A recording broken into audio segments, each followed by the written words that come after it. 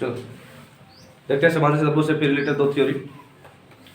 एक थ्योरी है समांतर चतुर्भुज के सम्मुख कोण समान होते हैं, ठीक है। और दूसरा थ्योरी है दूसरा समांतर चतुर्भुज के आसन कोणों का योगफल 180 डिग्री है, ठीक है। इन दोनों को समझते हैं। सम्मुख कोण तो बिल्कुल आसान तरीके से समझ जाएंगे, आमने सामने कोण, ठीक है। समांतर चतुर्भुज के आमने सामने के कोण क्या होते हैं? सम्मुख कोण कहलाते हैं और वो बराबर होते हैं। आसन कोण को समझते हैं। आसन कोण का मतलब हुआ समांतर चतुर्भुज की एक ही भुजा पर बना हुआ दो कोण, लगातार कोण को आसन कोण कहेंगे। एक ही भुजा पर बना हुआ दो कोण जो लगातार है ना, क्या कहलाएगा? आसन कोण कहलाएगा, ठीक है।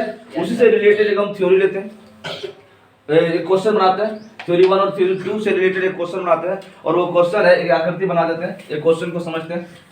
क्वेश्चन है, आकृति को देखते हुए बनाते हैं। आकृति मेरे पास कुछ इस प्रकार है, एक समांतर चतुर्भुज है मेरे पास, ठीक है। ये समांतर चतुर्भुज हो गया। इस समांतर चतुर्भुज में इसको आगे बढ़ा दिया गया है, ये आगे बढ़ा हुआ है। नाम है L M N O, जहां O का वैल्यू 105 डिग्री, O पर कितना डिग्री का कोण बना हुआ है? 105 डिग्री।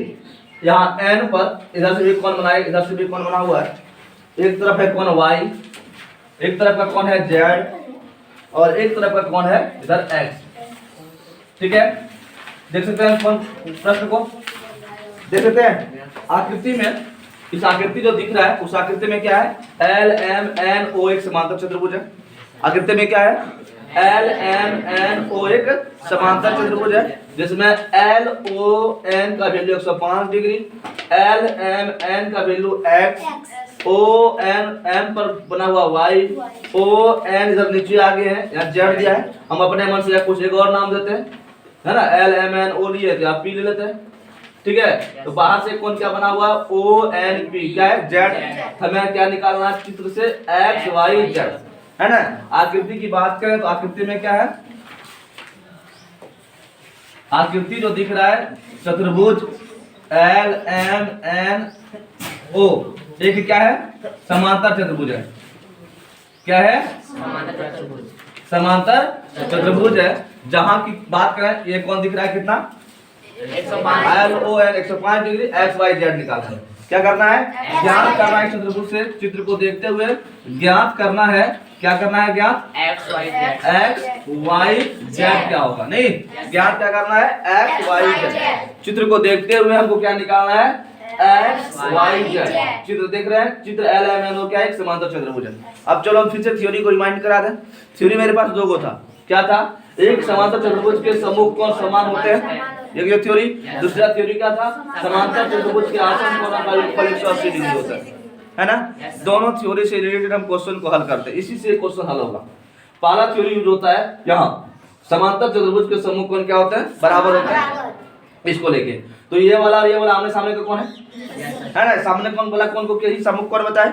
आमने सामने वाले कौन को ही क्या नाम बताए? सम्मुख कोण। तो इस हिसाब से क्या देखते हैं? ये वाला O पर बना हुआ कौन M पर बना हुआ कौन के बराबर हो जाएगा।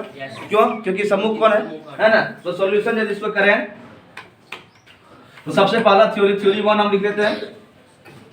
यहाँ तो थ्योरी 1 हो जाएगा क्योंकि यहाँ थ्योरी बगल में लिखा हुआ है, लेकिन जब हम अपने मन से बनाए, जब थ्योरी लिखा हुआ ना हो तो हम क्या कहेंगे? समांतर चतुर्भुज के सम्मुख कोण बराबर लिख लेना है ना। क्या करना है? ये लाइन लिख लेना है कि समांतर चतुर्भुज के जो आमने सामने के कोण होते हैं वो क्या होते हैं? बराबर होते हैं। यहाँ खाली थ्योरी 1 से लेके आगे बढ़ रहा है क्योंकि थ्योरी 1 दिख रहा है स्पष्ट, है ना। बोर्ड पर थ्योरी 1 दिख रहा है, इसलिए हम थ्योरी 1 से लेके आगे बढ़ते हैं। और थ्योरी 1 बताता है कि आमने सामने के कोण बराबर होते हैं। इस हिसाब से कोण, ये वाला कोण L O N बराबर क्या हो जाएगा? L M N। क्या हो जाएगा? L M N। वास्तव में यह है सम्मुख कोण, समांतर चतुर्भुज कितना? सम्मुख कोण, है ना। जहाँ L O N पर बना हुआ कोण कितना दिख रहा है? 105 डिग्री। और तुम्हारा कोण है X, ये वाला। इस प्रकार X का वैल्यू हो जा रहा है कितना? 105 डिग्री। हो गया? X निकल गया, X तक ठीक है। अब Y की बात करते हैं। है ना, पहले y निकालते हैं। तो y निकालने के लिए फिर वही बात हो जाएगा, दूसरा थ्योरी के अनुसार चलेंगे। थ्योरी दूसरा में क्या बताता है, आसन कोणों का योगफल 180 डिग्री होता है। और अभी हम आसन कोण के बारे में जिक्र किए।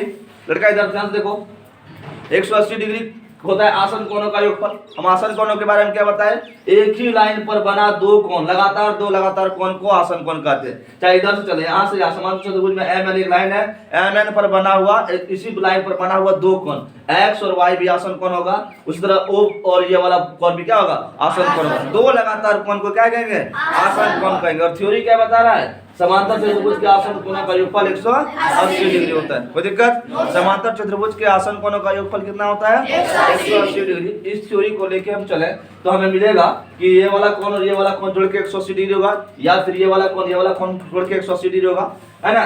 पुनः थ्योरी दूसरा थ्योरी से चले, जो दूसरा थ्योरी लेके चले, पुनः थ्योरी जो दूसरा। अब फिर वही बात हुआ कि हम थ्योरी दूसरा नहीं लिखेंगे जब हम सॉल्यूशन करेंगे अलग से। तो क्यों नहीं लिखेंगे, क्योंकि हम थ्योरी दूसरा लिख रहे हैं तो यहाँ स्पष्ट दिख रहा है थ्योरी दूसरा क्या है। जब हम थ्योरी दूसरा नहीं लिखा हुआ रहे कहीं बोर्ड पर और तब बनाए तो थ्योरी लिखना पड़ेगा कि समांतर चतुर्भुज के आसन कोणों का योगफल 180 डिग्री होता है। ऐसे में कौन